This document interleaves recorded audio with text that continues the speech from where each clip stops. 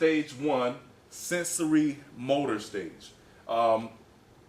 This begins at birth, as I said before in the diagram I showed you, from birth, and it lasts until about 18 months to 2 years, or lasts until 18 months to 2 years. This stage involves the use of motor activity without the use of symbols. Knowledge is limited in this stage because it is based on physical interactions and experiences. Infants cannot predict reaction and therefore must constantly experiment and learn through trial and error. Such exploration might include shaking a rattle or putting objects in their mouth. As they become more mobile, infants' ability to develop cognitively increases. Early language development begins during this stage. Object permanence occurs at 7 to 9 months, demonstrating that memory is developing. Infants realize that an object exists after it can no longer be seen, and I'll give you an example of that here in this video that I have for you. Stage 1, sensory motor. New babies aren't quite sure what happens to objects when they leave their sight.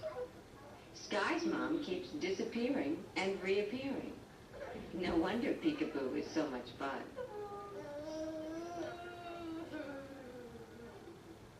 During their first year, however, infants will learn an important concept: object permanence. Everything has a life of its own, even if it is out of sight. At Maya's age, babies know to look for the object, but they might not have everything else straight.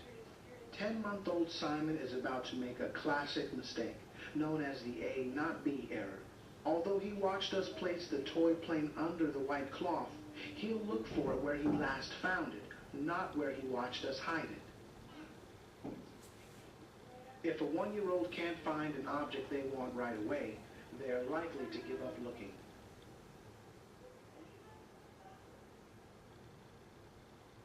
And that was just a short description showing you how at this stage children are developing object permanence, where once as the child was playing peekaboo with the mother, the child actually believed, and in the early stages of infancy, or I would say at that early stage that child was at, she actually believed the mother disappeared and reappeared. So it was fascinating to them. But as they get older, you see they begin to develop object permanence, realizing that just because something is covered doesn't mean that the object has disappeared. The next stage is the pre-operational stage. As we said before, this exists between as early as 18 months, 24 months, and from childhood, well, 18 to 24 months, and early childhood, 7 years old. During this stage, children begin to use language, memory, and imagination. Also, they develop. In the pre-operational stage, children engage in make-believe, and they can understand and express relationships between the past and the future. More complex concepts such as cause and effect relationships have not been learned. Intelligence is egocentric and intuitive, not logical, meaning they give you their point from their viewpoint only. If a child was in pre-operational stage and I was sitting on this side of a mountain and they were on the other side of the mountain, I asked them, what do I see on my side? They would tell me what I see based on what they see on their side, because they have an egocentric mind state in this stage, according to Piaget. Next, I'll show you a quick description of a child in stage 2, because also in this stage they lack conservation, meaning if I put water in this bottle, this is a 16-ounce bottle, and then I pour everything that's in this container into another shaped bottle, and the bottle may be shorter or the shape of it is different, and I ask them which one has more, they would probably say the taller bottle, because the shorter bottle doesn't have it, because they lack conservation. Meaning just because something looks like it's different or the shape of it is different doesn't mean that the amount of it has changed. And we'll show you a description of that now here in this video. Can you look at these two glasses? Do you think that they have the same amount of juice? Do you think they have the same? Okay. Now we're going to pour this juice into this glass. Same glasses have the same amount. Now they're going to pour this glass into a taller, slimmer glass. Same amount, but watch the child. At this stage, they lack Now, conservation. do you think that this glass has more juice, this glass has more juice, or do you think that they have the same amount? That one has more. This one has more, and why do you think that this one has more? Because it's taller. And you can see at that stage, it's very simple, that they lack conservation in that area or in the pre-operational stage. Next stage we have is the concrete operational stage. This typically develops, according to Piaget, between the ages of 7 to 11 years old. Intellectual development in this stage is demonstrated through the use of logical and systematic manipulation of symbols, which are related to concrete objects. Thinking becomes less egocentric, meaning becomes less what I see from my point of view. They begin to think logically and say, hey, they may see something different, with increased awareness of external events, and involves concrete references. Right here, we'll see a child that is in concrete operational stage, dealing with reversibility. And this is what this is about. Reversibility means that things can go back to the way they were prior to what they were doing. Like, how could I say reversibility? Shapes and like the girl in the last video, thank you. The girl in the last video lacked conservation. She thought the two glasses that were once the same, because the lady put in a taller, slimmer glass, it changed. And she said it had more because the glass taller. Inversibility stage, a child develops those skills where they can now think more logically and say, well, just because the size of the glass changed does not mean that one glass has more and the other one doesn't. It's still the same, just the shape change. So that's what reversibility, regardless of if it's in a tall glass or same size glass, as long as you pour the same amount into that glass, regardless of the shape, it's still the same amount. And we'll see that here in this video. So first we're going to look at these two cups right here. Do you think there's the same amount of juice in this glass as there is in that glass? They're even? Okay. So we're going to take the juice from this glass and pour it into this one right here.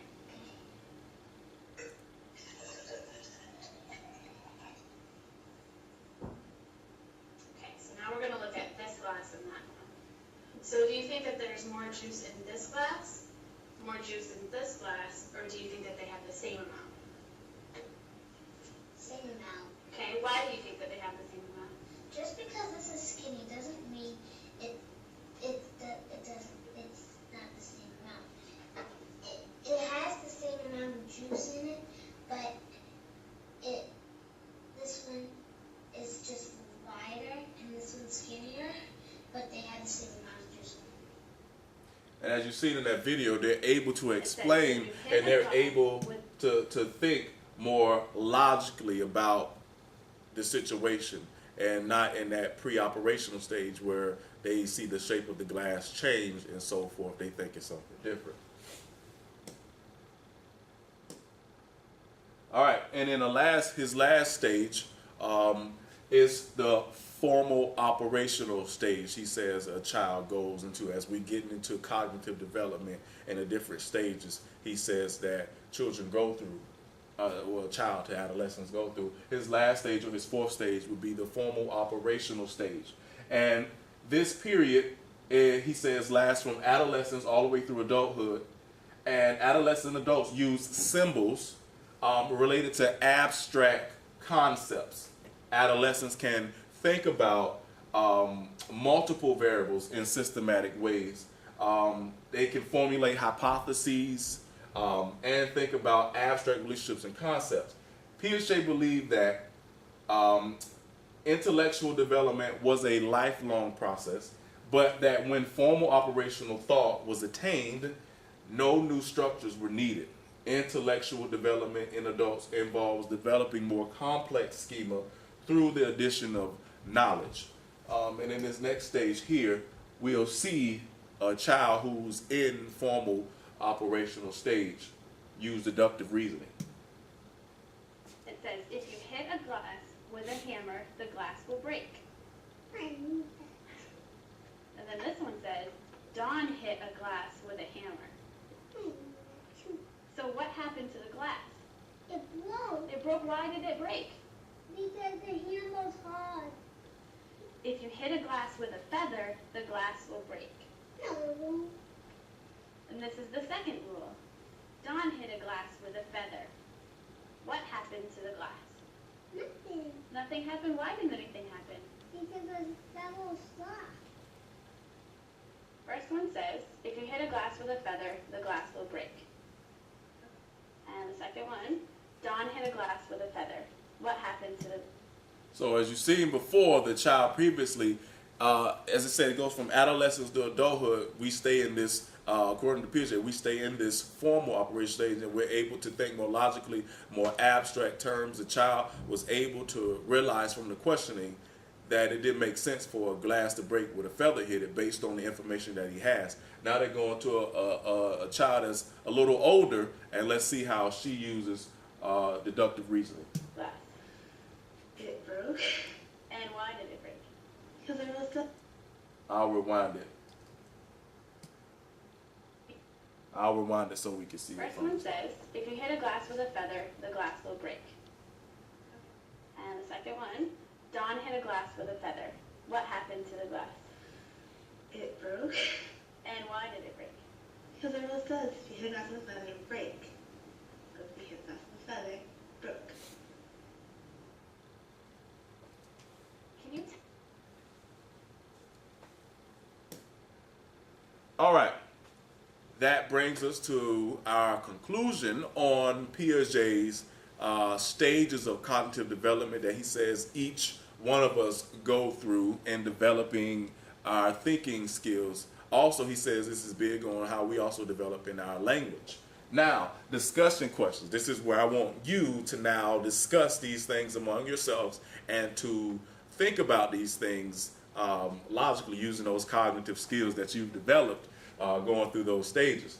The first discussion question I want you to do is, what are the educational applications of Piaget's cognitive theory? How does this apply to education? How can we take his stages and apply this to education? Again, what are the educational applications of Piaget's cognitive theory?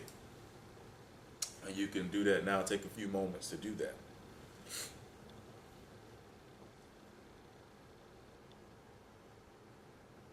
Now, while some of you are going through that, I'll go on to the next one. How can, and again, you don't have to, I would say, answer all of these. You could choose 2 of the 4 to answer as you so will. You can choose to do all 4, or you can do 2. I want you to at least do 2 of the 4. But you could do all 4 if you so choose. These questions are very good for you to put in your notes and to save, because they will definitely help you in your instructional endeavors. All right, number 2. How can understanding of the cognitive development of your students help differentiate instruction and help you create lesson plans? How can understanding these stages of development by Piaget help us or help you develop your lesson plans for your students? How can they help you create lesson plans, and how can they help you differentiate your instruction for your students? And I'll give you a few minutes to think about that, and you can jot down a few notes for your discussion that you will have later. The third one here, what research-based learning strategies are ideal to use in understanding Piaget's stages of cognitive development? Like, what teaching strategies would be ideal for a child that's in formal operational stage, or what research-based teaching strategies would be ideal for a child that's in the sensory motor stage, or that's in pre-operational stage, or in the concrete stage? What things or what research-based teaching strategies would be ideal for those children in those stages? So you can break it down like that. And the last one here, for the sake of time, what controversies may arise when considering Piaget's stages of cognitive development?